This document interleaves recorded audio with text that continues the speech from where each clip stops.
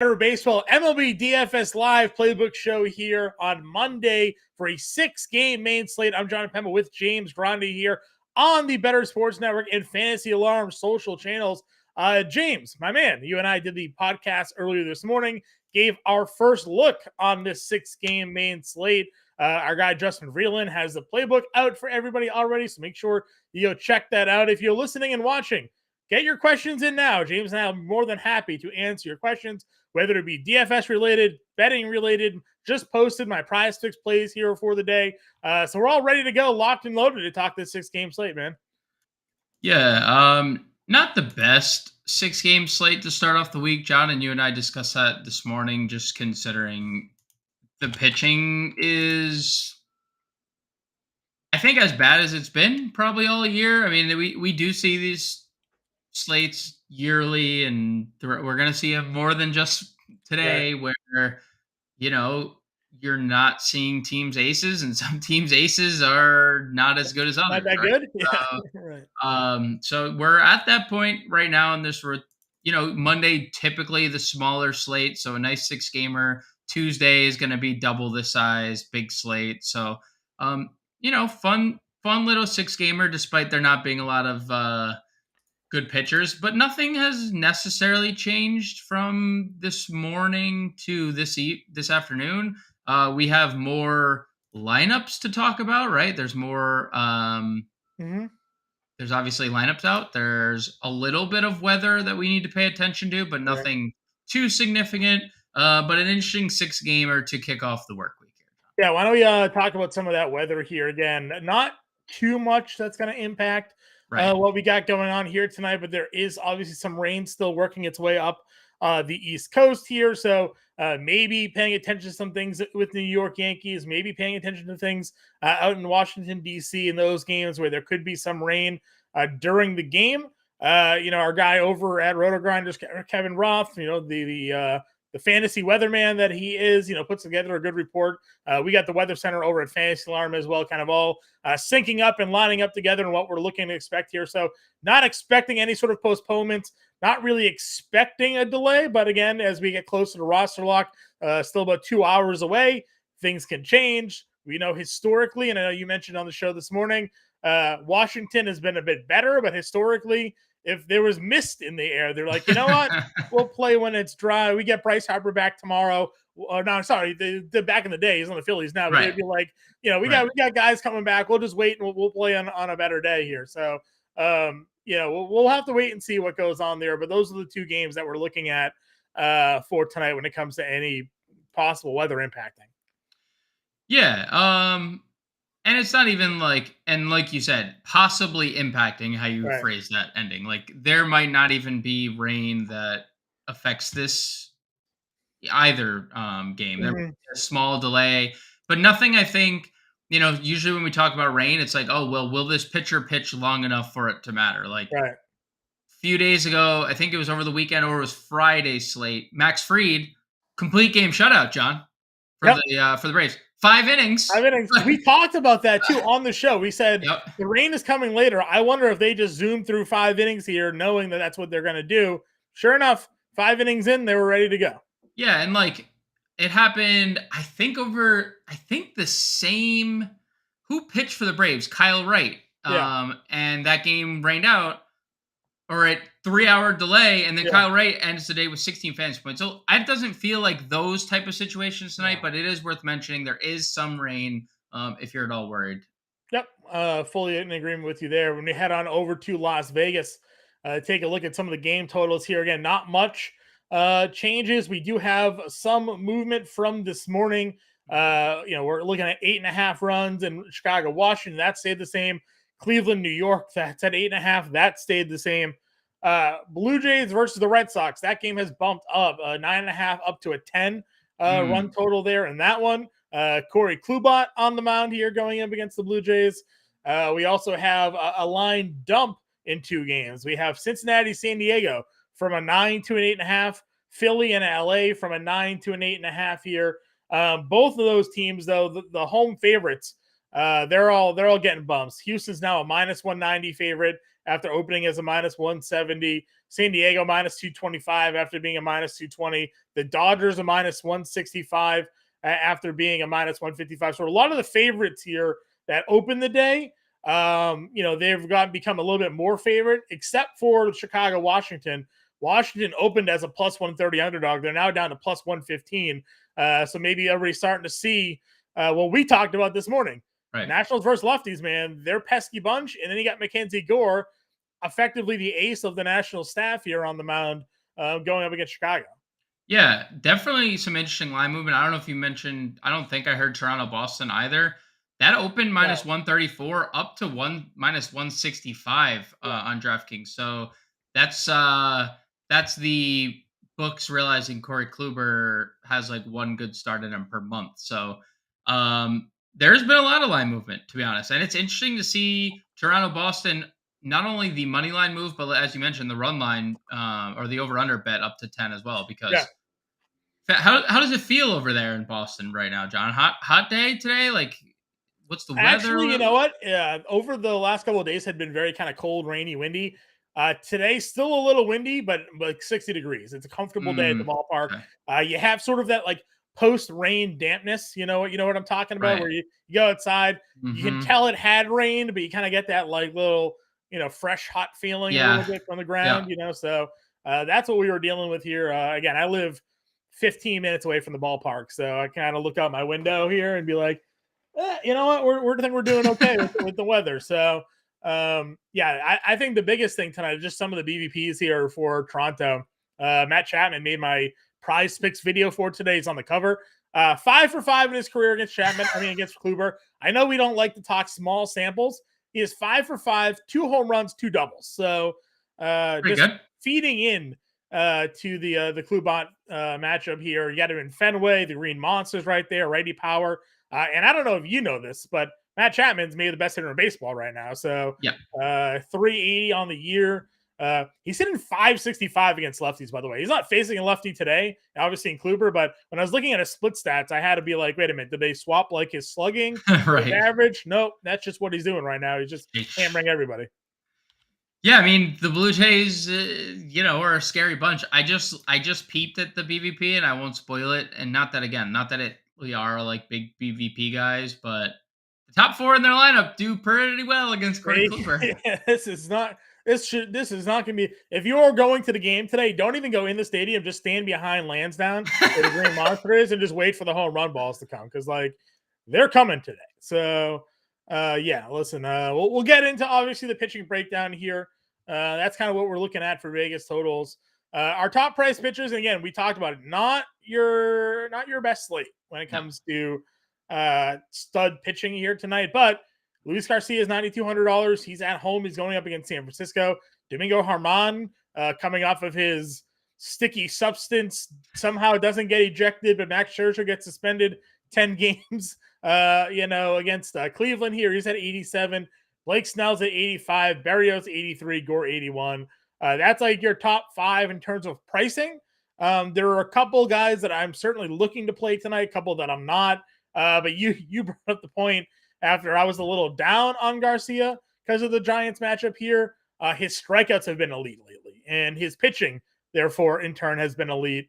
And that's the reason why he is a $9,200 relief pitcher on tonight's DraftKings. I mean, can we get that fixed? Right? Like, it's been like 3 years. It's been so long. Like, I know it's like such a minuscule part of this whole like. First, like, let's keep Mookie Betts in the player pool. Like, that should be our priority. And like, Bailey Ober not being in the like, let's do that first. But like, let's get him a starting. Yeah, was Ober not in the player pool? Is that what your tweet was the other day? Yeah, Ober was not in the player pool on Saturday. It's just a continuing trend, by the way. Like, that has been a thing. I believe as well. I think I saw, is Frenchie Cordero in the Yankees lineup today? No, he's not. Okay, because he wasn't in the player pool. I thought he got optioned. Yeah, he got optioned. Okay, good. He did. Back to Luis Garcia, the relief pitcher / starting pitcher, mostly starting pitcher. 13 straight innings, scoreless baseball. The 7+ strikeouts in 3 straight starts, and one of them was a little rocky against Texas. But Toronto and Tampa have been his last 2 opponents, and although San Francisco has been good against right-handed pitching, 828 team OPS is second in the league. That's great. 229 ISO, second in the league. That's great. They strike out a lot. 26.5% strikeout rate now. Tops in the league. They have overthrown the Seattle Mariners for number 1 strikeout rate in the league against righties. They're also like number 2 against lefties. So, they're just a team that is striking out a lot. I like Garcia. I like the way he's pitched lately. He's going to be popular. So, I understand like wanting to fade him, but then you look down the board. Where are you going? Blake Snell is the obvious choice, I think, but he is double the ownership Garcia is projected to be, even though not double, but like, Snell is going to be 50% owned in tournaments tonight. Like, that is a large number, 8,500, but it's a good spot. But Blake Snell hasn't won a game and he hasn't pitched past 5 innings. So, like, where is the other option other than Garcia? Domingo Germán has not looked good since, having sticky stuff on his gloves, since using spider tack, since using whatever, 5 home runs in his last 2 outings. And no, Cleveland is not like that team that's going to blast 4 home runs in 2 innings or 5 home runs over the course of a game, but they're very annoying because they don't strike out a lot. And if Germán's not striking guys out, we saw what happened against Cleveland. 0 strikeouts, 5 walks. He only gets through 3 innings because they just count after count after count is, full or walks or whatever. So I'm not getting to Germán.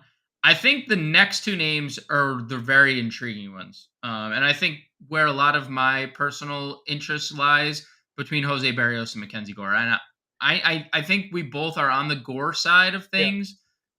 But it's an imperfect matchup, but this is an imperfect slate. So yes, this is an imperfect slate for sure. And that's the thing about Barrios too that intrigues me. It is an imperfect slate, and I know the over under has been bet up to 10, but the money line for Toronto has also been significantly bet up from -134 to 165, and Barrios has been.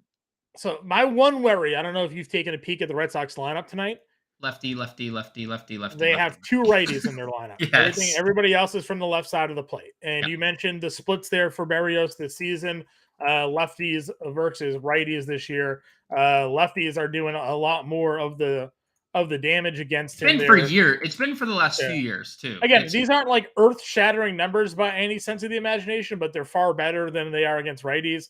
271 average, 438 slug, 720 OPS. Again, he's been good this year. He's only given up 1 home run. He's been a ground ball pitcher. So, it's not like some of these other guys on today's slate where guys are hitting 500, for splits.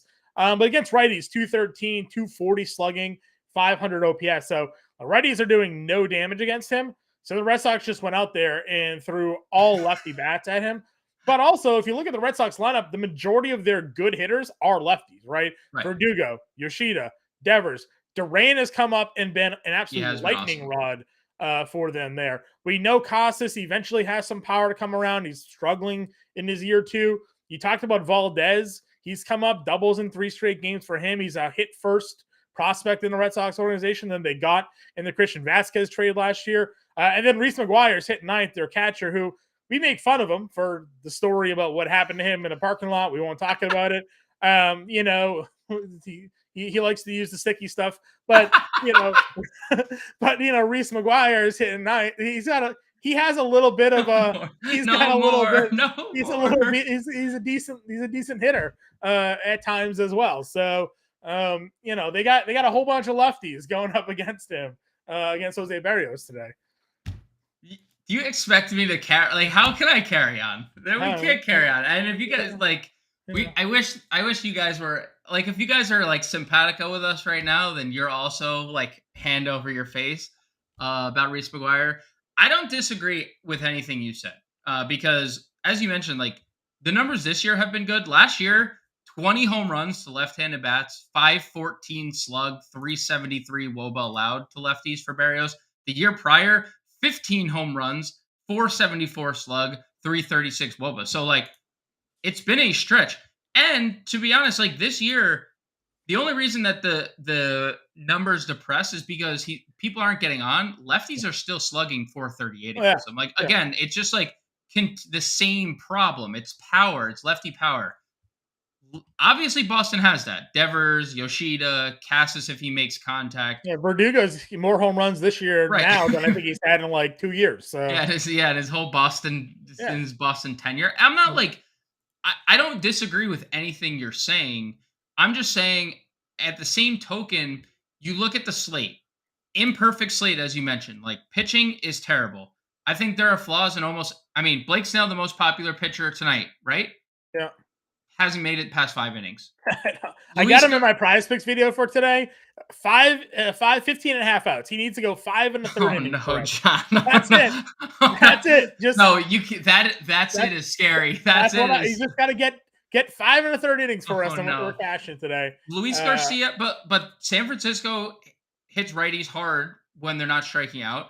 Yeah. Mackenzie Gore, the Cubs are the third best offense in the league against lefties.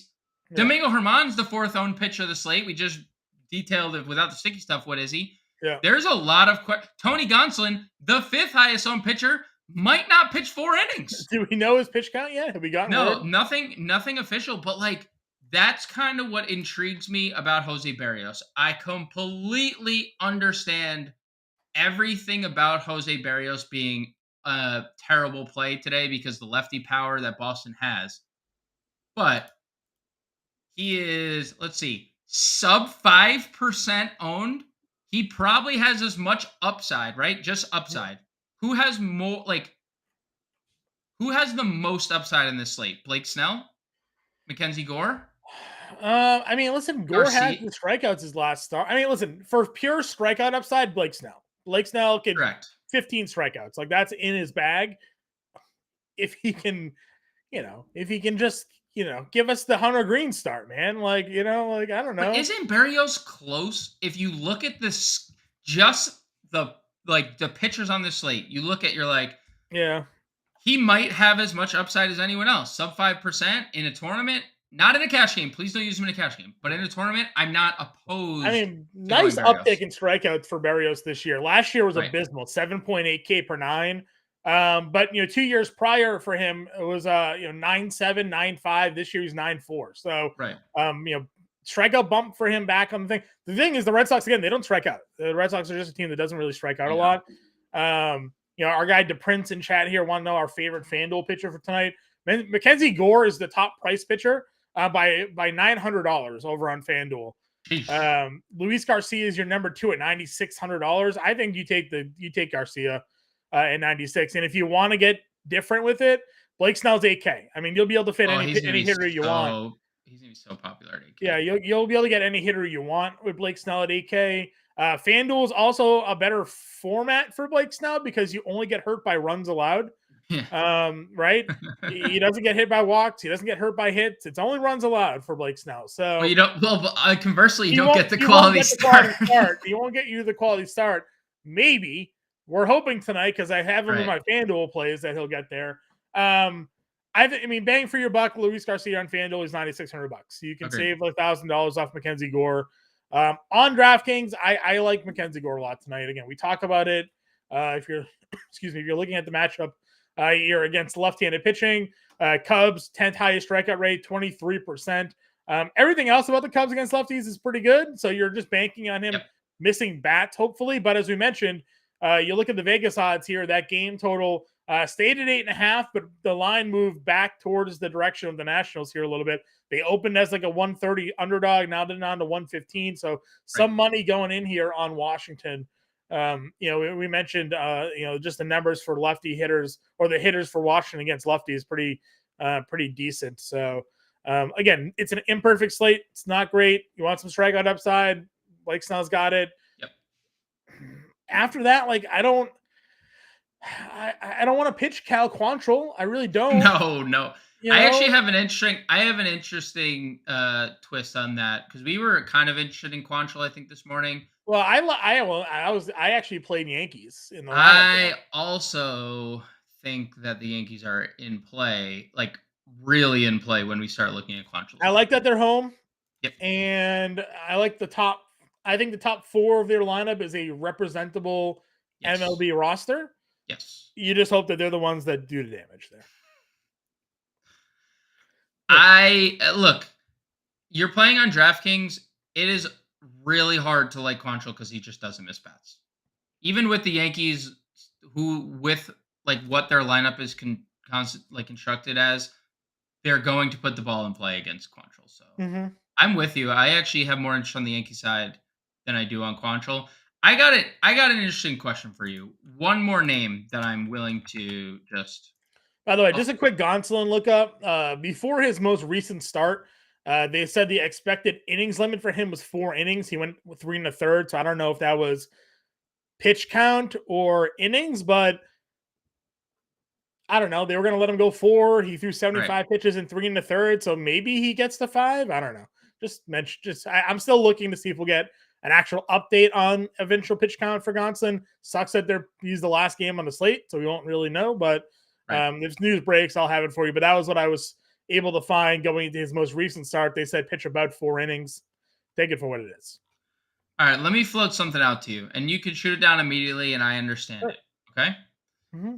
The highest rostered projected team tonight, and for good reason, is the Toronto Blue Jays, right? Right. The second highest rostered team is someone that is the cover of our playbook or the cover of this podcast. They were all throughout our lineup that we built this morning, and a team that we talked about a lot, right? San Diego. Yep. San Diego's been largely disappointing this year. Yes.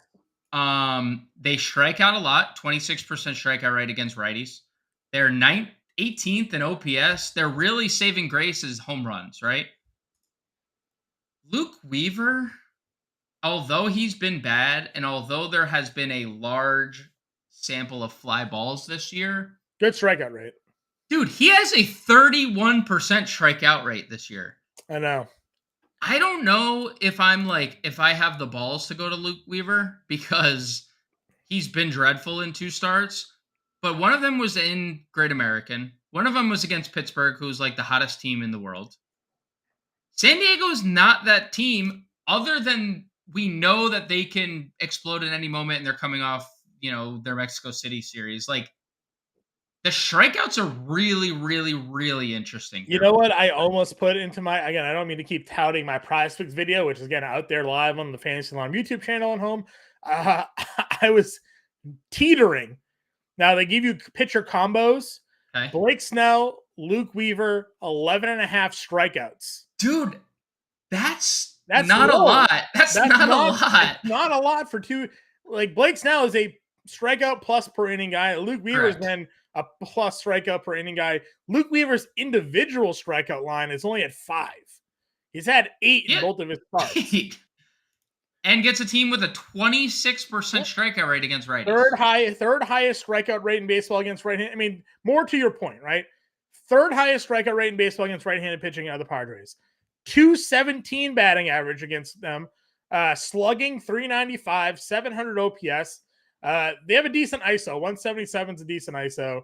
313 WOBA. They have they're just an average team. Power. It's with that hits for power. That's what they are against righties. They also have the second best walk rate. So that's where Luke Weaver gets into trouble, right? Yes. High walk. He puts guys on base, and then the Padres have power, so they drive those guys in.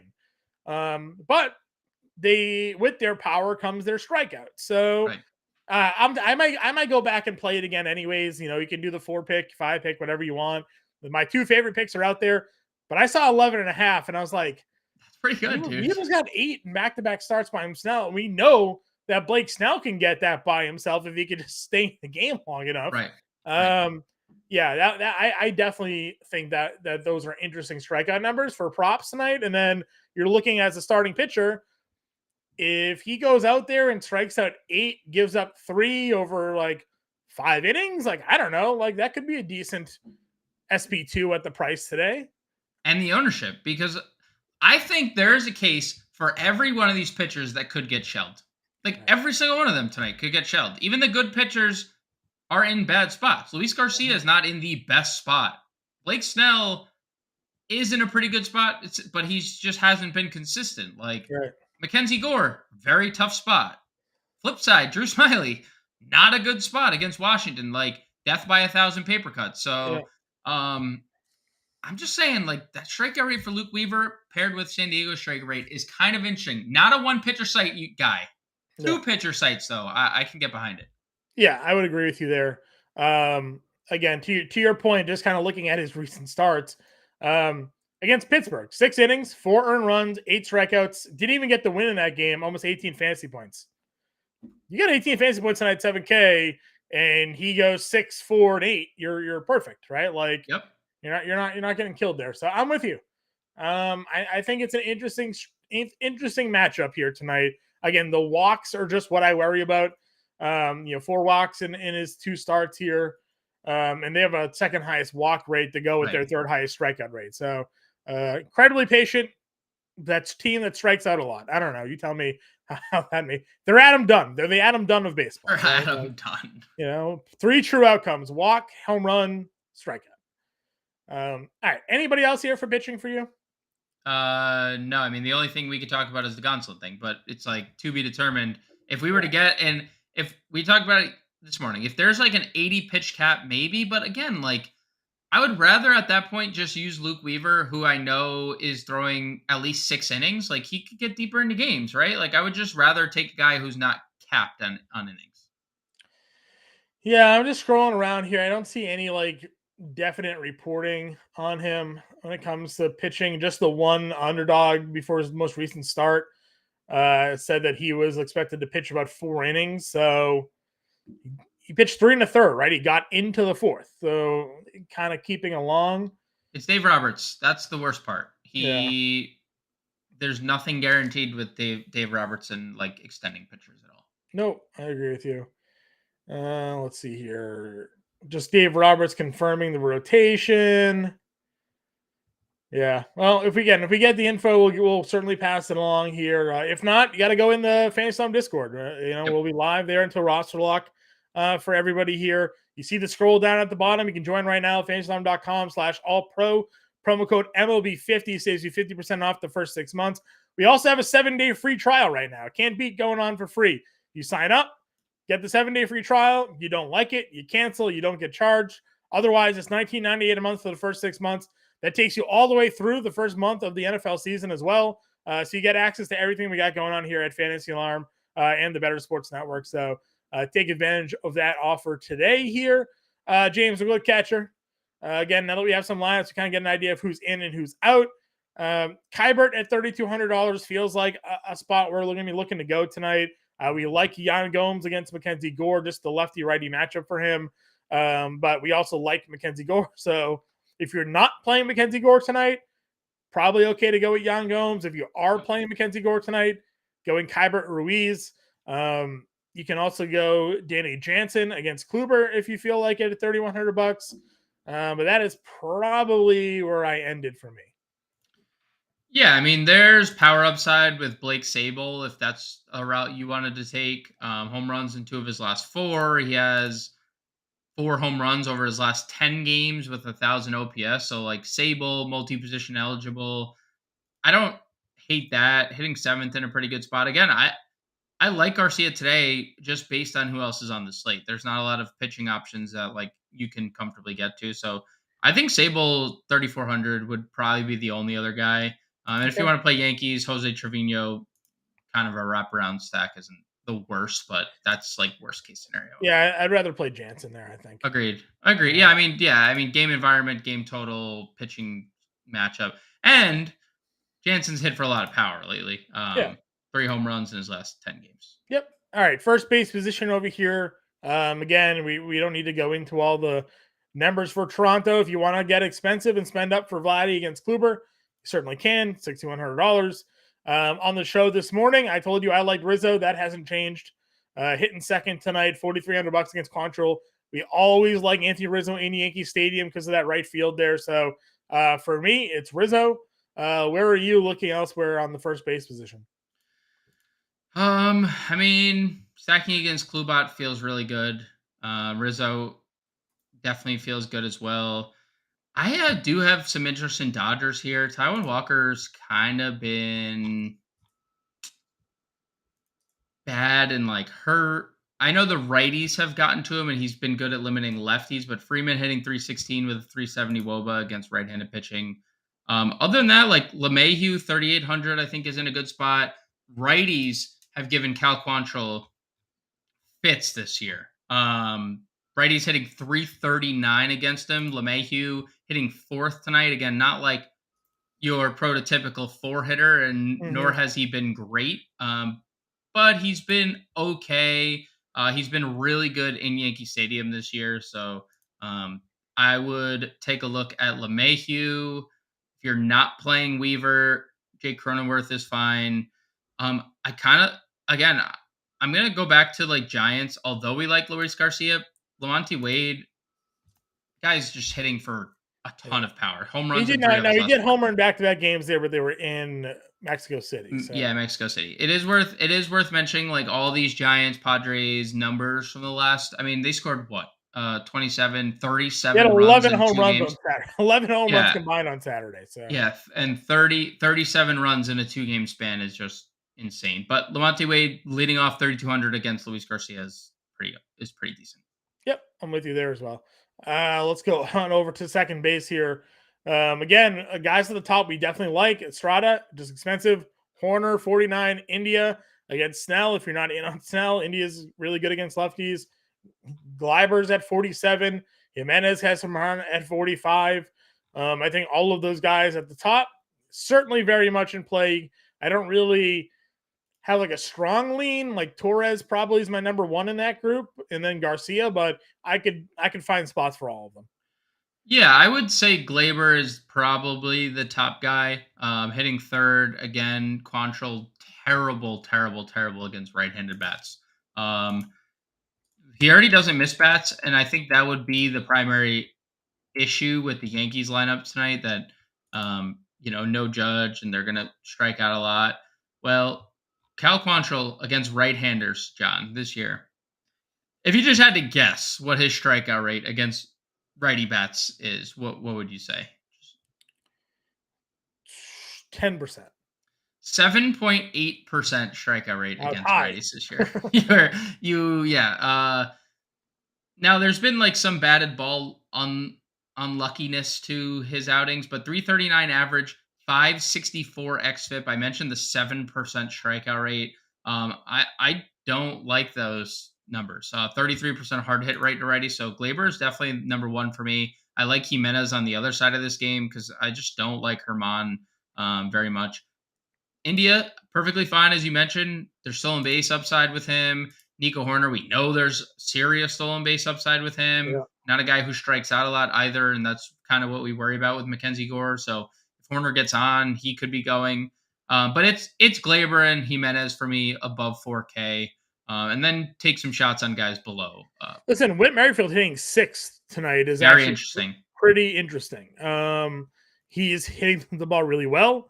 This is a really good price tag for him. He's stealing bases, not a lot of power, but getting on base. So, and this is a spot where, he had largely been hitting at the bottom of the lineup. So getting him 6th tonight, I think when Merrifield is going to be in a lot of lineups because I want some exposure to the Blue Jays, but they're all very expensive. So if I can get a middle lineup guy at $3,300, he plays outfield eligible as well. So you can kind of pick where you want him. I think Merrifield for me is going to be on some teams. Yeah, it probably makes more sense for if you're going to roster Merrifield to use him at second. It is nice to have the multi-position eligibility, but he's been really, really, really good against righties. And I know Klubat has been worse against lefties. I said it on the podcast. I wish there was more lefties for us to use for Toronto other than Varsho, Belt, and Kiermaier. Like that's the 3 lefties that Toronto had. I think that would be which is why Merrifield's hitting 6, by the way. Right. But 347 average, 392 WOBA against right-handed pitching this year. I love Merrifield. He's probably the number one guy for me under 4K. I would take shots on Miguel Vargas. I mentioned I do like guys against Taijuan Walker. Righties have been better against them. He's finally hit a home run. And Emmanuel Valdez, if you're playing Red Sox, which again, you could definitely do, Barrio struggles with lefties. Valdez is a lefty, doubles in 3 straight, as you mentioned. 2,300 doesn't get yeah, a little bit of a pretty good punt. wraparound Yeah. potential there too in eighth. I mentioned Dubon earlier this morning. I'll still just kind of give him another shout out here. Finally, a couple games where he hasn't gotten on base, but Ross Stripling has been struggling. Again, he's hitting leadoff for the Astros tonight. They're at home. I don't mind getting to Dubon there either. Third base position here. Devers against Berrios. Again, we talked about it. Felt like that was a lock-in spot.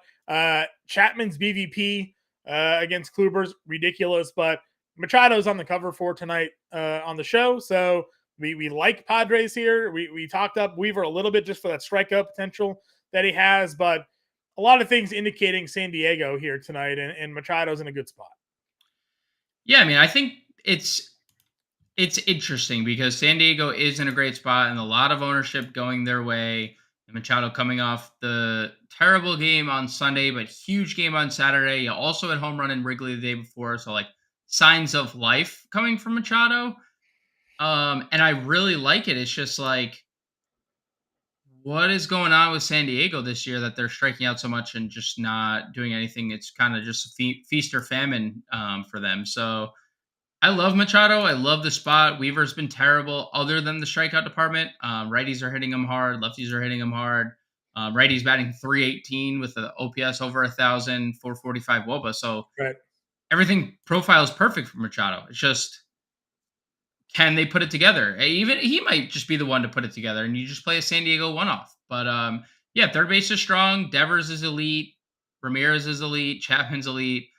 Everyone over 5K is elite. If you were ranking them, do you think Machado's first for you? Or do you think Devers? Or what's your? I mean, you put Matt Chapman in your video, so like, what is your? Yeah, I mean, I would probably go Chapman, Devers, Machado, Ramirez. I am just not a Jose Ramirez guy. I get it. I know you're a big fan of his. He's gonna hit from the left side in Yankee Stadium, which is great, but left side isn't his best side. Yeah. So yeah, I would have Ramirez last, Chapman, Devers, Machado for me. Under 5K, guys, again, Muncy is there with a lot of power. Patrick Wisdom gets the righty lefty matchup. He's always known good for a home run here in that mid tier, but for me, it's kind of just jumping down into the value range. Nick Senzel's $2,500, Spencer Steer's $3K if we're going against Snell tonight, and these guys that can hit lefties. Candelario's $3,200. So I'm focusing a little bit more on the value at third base than the mid tier. So I'm with you. I'd throw one more hat into the ring here with Alex Bregman hitting second against Stripling.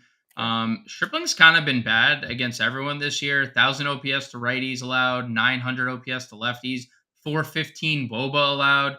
And over the last couple seasons, you and I have talked about it. Bregman, who was historically better against lefties, that split has kind of reversed.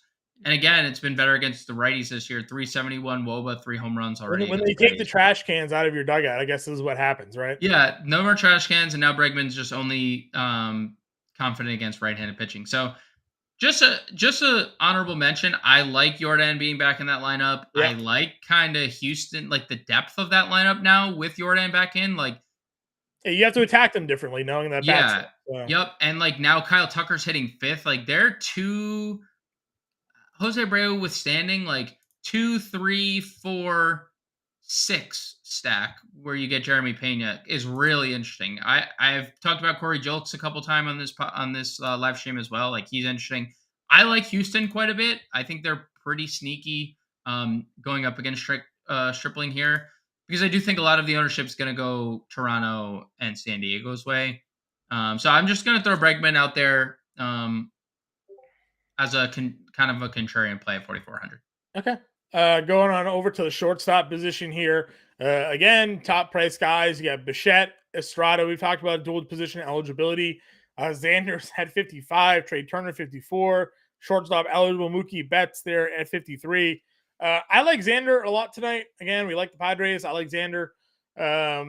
the batting average against righties, again, he's another guy that, for whatever reason, over the last couple of years, just seen the ball better against right-handed pitching than left-handed pitching. So if you're going in on San Diego tonight, Xander is at least hitting the ball better than some of his teammates here that we like. So, yes, $5,500, Xander Bogaerts probably my favorite of that group so far. Yeah, I mean, he's the only one hitting 300 or better against right-handed pitching this year. Excluding Tatis, who only has a 30 at-bat sample against righties. He's the only one hitting over 262 against righties this year. So, he has been awesome. 353 average, 5 home runs, 469 WOBA against right-handed pitching. So, I'm with you. I have a hard time ignoring Bichette in this spot against Kluber. The park is so good. It's just, again, the price. The one thing I will say about the price, though, in favor of Bichette and the Blue Jays is that we don't have a 10K play pitcher we're spending up on, right? If we're using Blake Snell and insert someone under him or around him, we're going to be able to pay up for a couple Blue Jays. So I think Xander is the best option. I like Bichette close behind. Yeah, I'm with you there. Mid-tier range, you've been talking a lot about Jeremy Pena lately. He's down to 6 in their lineup. That's still solid, middle of the lineup, run-producing spot for him at $4,600. And then I just go to Volpe after that. Anybody else for you? Probably not. I think it's Pena here, 46. He's looked great lately, especially in the power department. 4 home runs over his last 10 games. 2 home runs. 2 is nice. Yeah. I mean, the hits, the runs too, runs in 6 straight games, hits in 6 straight games. So he's just kind of been a threat everywhere. Kind of why they were like, yeah, cool, Carlos Correa. You can take a hike. Yeah. We have your replacement this is the same size and literally looks like Carlos Correa. For what it's worth, Correa never really lived up to what his billing was. So injuries certainly didn't help that. But, correct. Well, I mean, the billing of, when you compare someone to A-Rod, that is a very tough bill. That's tough. I would agree. Unfair, maybe a little bit to him, but guy was a top 5 prospect there for a handful of years. And again, he came up and he was fine, but he was never elite. He was never that elite hitter. Injuries definitely had a lot to do with it. So, anyways, now Carlos Correa is getting paid $1 billion by the Twins. So it's all he's okay with those comparisons. Right. Volpe leading off against Quantrill. Agreed. Dude, righties against Quantrill. 7% K rate, 330 plus. How many stolen bases does Andrew Volpe get tonight when he gets on first?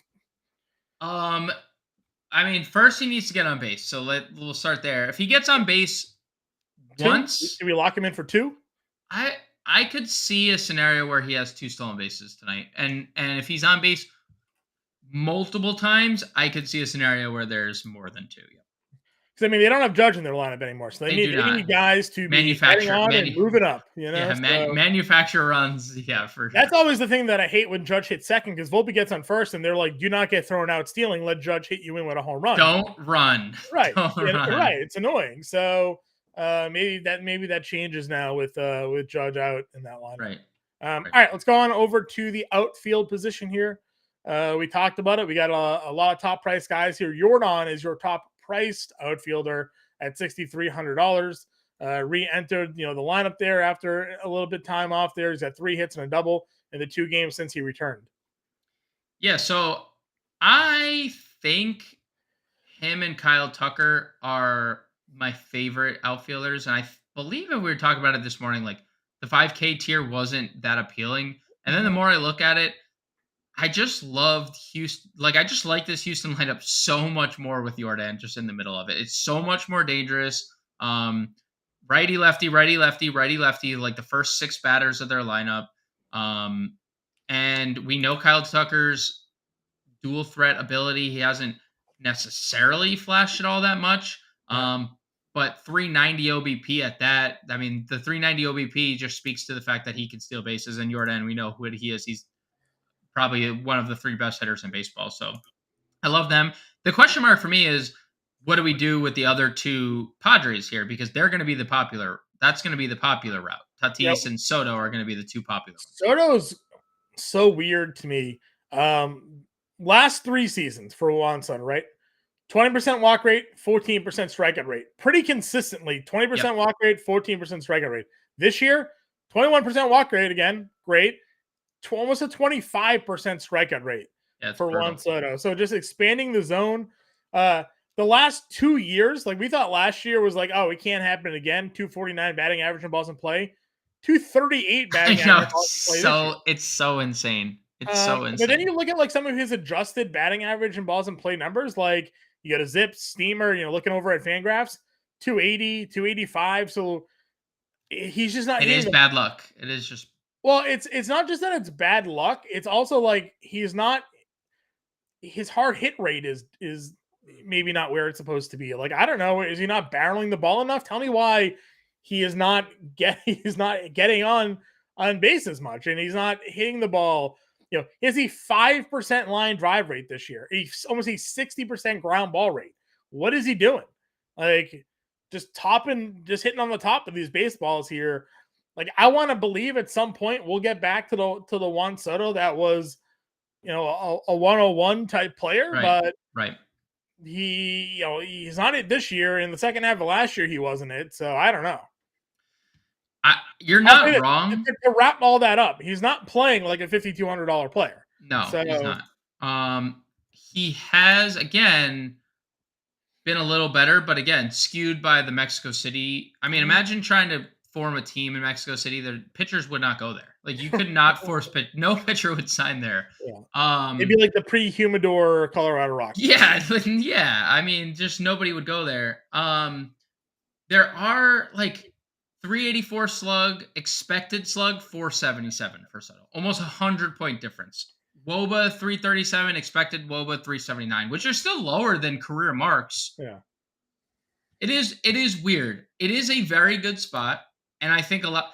But doesn't that just kind of full circle come back to the Luke Weaver point? It's like we look at San Diego, and you look at the names: Tatis, Soto, Machado, Bogarts. You're like, holy smokes! Like that should, in theory, be the top, offense in baseball. The best offense in baseball, just on the top 4 names alone. Like even the Cronenworth hitting 5th, like that's you should almost have no 1, 2, 3 innings when you're facing that lineup. Never, right? And you should never even consider using guys against them, like ever, never. But here we are, where it's like, okay, yeah, Tatis has been pretty good since coming back against right-handed pitching specifically, so we have to worry about that. And Soto has been pretty good against righties, 410 WOBA. Yeah. But like 962 OPS against righties for him. So yeah, it's just, and they're going to be popular. That's why, to me, I look at the Houston guys, basically the same price points of of these duos. And I would just be like, yeah, I'm going to play Houston at lower ownership. They've just been better this year or just last couple years. Looking at these splits for Soto, again, we talked about righties. The right-handed splits are actually okay outside of the batting average there. Right, they are. 438 on base, 525 slug, 962 OPS. Against lefties this year, I don't think he's taking a bat to the plate.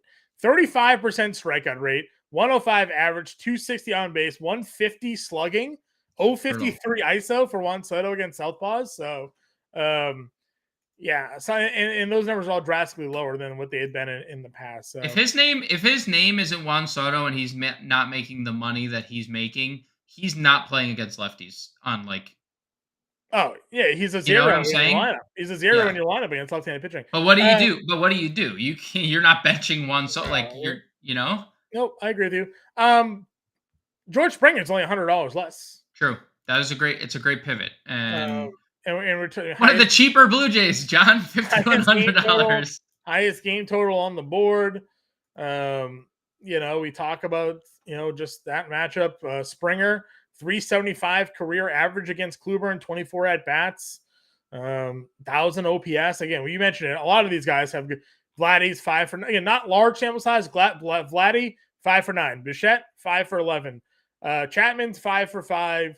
Springer's 9 for 24. Like they've all just hammered them. So in like the 2 or 3 games they've played against Chapman, against Kluber, they're not facing the Cy Young Cleveland, Guardians Kluber. They're facing the Tampa Bay Rays, Boston Red Sox Kluber. So yeah, yep. not good. And everything for Springer suggests positive regression soon. I mean, everything. That's what I've said since the start of the year. But like 225 average, 261 expected batting average, 315 slug, 445 expected slug.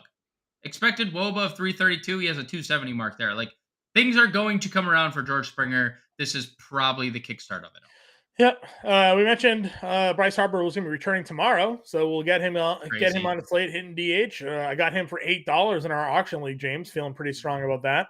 Yeah, I got Chris Sale for 9. Yeah, Chris Sale, good start last night. I know, but I could have had Bryce Harper for 8. Could have had Bryce Harper for 8. It's true. Good, because I really need power in that league. Anyways, under 5K outfielders, where's your initial targets here? You talked a lot about Boston lefties here. Yoshida and Verdugo, the exact same price. Yeah. I think Yoshida's the lean for me. Both have been really good. Yoshida's been slightly better, hitting over 400 in his last 10 games. Saw a grand slam not too long ago. So Yoshida would be the lean of the two. It's funny. They're like the exact same price. They've averaged the exact same fantasy points per year. They have like the exact same, I think the same amount of letters in their last name. Everything looks so like perfectly spaced out here on DraftKings. I lean Yoshida. If you think about it, Y kind of looks like a V with a longer end. I mean, same. I mean, they're the same. I mean, they both have an O in their Spider-Man meme. Yeah, they both have an O in the exactly. I lean Yoshida, but I like them both. You mentioned Wisdom. I kind of like Varsho. I think if you're building Toronto stacks, like I know Varsho has been a 0, but he is a very talented player who we profiled earlier. Kluber's been way worse against lefties, like 900 OPS against lefties, 389 allowed WOBA. Mm-hmm. I know Varsho stunk, but like you can actually afford him. Well, that's what it is, right? We talk about playing Merrifield and Varsho because they're the cheaper way to get exposure to that lineup. Plus, it then lets you get at least Vladdy or Springer or Bichette, Chapman, somebody in that spot. And if you think about it, actually, the stack that I guess you'd want to end up playing, I'm trying to pull that lineup up quickly to confirm. Yeah, Chapman's hitting 5th. So 5, 6, or 4, 5, 6 rather. Chapman, Varsho, Merrifield. Chapman's 55. You got a 43 Varsho with 33 Merrifield. You can fit that stack in your lineup. Easily, especially with no top tier pitchers to spend up on. Easily can. Yep, 100%. We go a little bit further down. We got a question here, John. We got a question here from Greg. Sorry, late to the show. Who's your favorite single entry SP on DK tonight? Well, Greg, how risky do you want to get with your single entry? We've talked a little bit tonight about Blake Snell. We've talked about Luke Weaver and his strikeout rate. Luis Garcia, we feel, is safe-ish on tonight's slate. He's been pitching really well, but we know San Francisco's offense. Yep. They strike out a lot, but they've been hitting righties really well. Safe is a tough word to say tonight. Not that you said safe, you said favorite, but I mean, like, who's your favorite? I think it's Snell, and I shiver when I say it, but I think Blake Snell is where I'm going. I don't know. I think it's Snell. I kind of agree. I think if you're playing single entry, you're typically on these, you're relatively safer than you are in like a large field 150 max, right? Or like a 20 max. Yeah, I mean, well, you can go either way. I mean, to win a single entry, you kind of got to fade the chalk because everybody's got one lineup in there, right? Well, it also, are you fading chalk at pitcher or are you fading chalk at, like, you could, in baseball, it's different because you could play pitcher chalk and then just play the Astros tonight, right? Who no one's on, and fade the Padres or fade the Blue Jays. Yeah. Or conversely, play the chalk lineups and play Luke Weaver instead of Blake Snell. Like, your 2 chalk pitchers tonight are Snell and Garcia, and it's like those 2 above everyone else. Yeah, I think it's Blake Snell. Again, lefties. I agree. Cincinnati against lefties, 24% strikeout rate. 249 average, just a 374 slug, under 700 OPS. I think that's where I'm going to go. And they're tough on the road. But it's a tough pitching slate tonight. So it all depends on how risky you're willing to get. If you really want to be different, we think Luke Weaver has some interesting potential here because everybody's in on the Padres. We profiled Padres against right-handed pitching here. They have the third highest strikeout rate at 26%. They're hitting just 217 against right-handed pitching, which is the fourth worst, against right-handed pitching. So, 8 strikeouts and back-to-back starts for Weaver. There's potential for him just to miss bats tonight and limit the damage. So we're kind of rolling the dice with pitchers on opposite sides of that matchup here today, Greg. Yeah, I mean, it is so scary using Luke Weaver, obviously, and we're understanding of that, but it's like your risk aversion. That's what it's all about. Like, how risky do you want to get? If you're playing Luke Weaver, are you playing Blake Snell? No, you're probably playing like Luis Garcia, right? That's probably because then you could get wins in both spots. Yep. So that's kind of how John and I are looking at this slate. I mean, it's a tough slate to really get on board with pitching. Yep, I agree. Joey Wright in here. What's up, Joey? Hope your Joey? shows were good this afternoon, my man. All right, we got a couple more minutes here, James. We want to try to get a lineup out. Give me your favorite value outfielders for tonight. Value outfielders. Those, John, do not exist. No, they do. Duran, 33. No, they do. No, they do. Jokes. Jarren Duran for sure, 33. He's been great. I love the fifth. I stacked Duran Devers the other day, and Devers homered, and I was like, great, this is great. Like Jarren Duran's hitting 9,000 this year. Like, there's no way it's going to let me down, right? It did, but I'd be willing to go back to the well. Alex Call leading off has hit lefties really well this year. He's actually just hitting kind of well lately too. Yep. 2,700. That feels good. Too bad our boy Stone Garrett's not in the lineup tonight. I know. RIP to Stone Garrett shares. Stuart Fairchild hitting third. He'll probably be pinch hit for. There's we know one of the Reds outfielders are going to come in for him. So those three guys are okay. All right, let's build our lineup then here. Let's save pitching. Well, give me your pitcher. Are we going to Weaver or Snell? We can go Weaver on this program, but not many people might come back. All right, we'll go Weaver. We'll fade Padres here. Then we'll go Astros. Okay. Give me your SP1. I mean, if we're going, I'll say Garcia if we can afford it. If not, we could pivot to Mackenzie Gore. Okay. Yeah. Catcher then, are we going Kybert? Yeah, Kybert felt good. First base here, Riz. Yeah. Let's get Anthony Rizzo in there because we're going to pair him with Volpe anyway at short. Yeah. Jeremy Pena. Well, that's what it is. If we're going Angels here, Blue Jays here. Merrifield. Yep. Third base, Chapman or Bregman? Let's go Chapman. Okay. Shortstop, you want to Pena? Yeah, but I don't know if we can afford. Jordan Tucker if we go, because I want both those guys. Okay. Volpe 37 to a little mini stack. All right, let's see. Jordan and Tucker. I don't know if we can afford this. 2K flat outfield. Doesn't exist. Does not exist. All right, we'll go down from Garcia. We'll go to Gore. And that gives us a $3,100 outfielder. Alex Call. Jolks. It's Jolks or Call. Better call Saul. Call leading off. There it is. So that's our lineup, everybody there. Luke Weaver, Mackenzie Gore, Kybert Ruiz, Anthony Rizzo, Whit Merrifield, Matthew Chapman, Anthony Volpe, Jordan Alvarez, Kyle Tucker, Alex Call. Get in the Discord. We'll be in there for the rest of the evening up until roster lock. Not yet a member already. Join now at fantasydome.com/allpro. Promo code MLB50. You get a 7-day free trial involved with everything. Download the Better Sports Network app. It's free to do in your iTunes and Google Play Store. Get in on the Better Sports family there today as well. James and I will be back tomorrow. Good luck, everybody. We'll talk to you all later.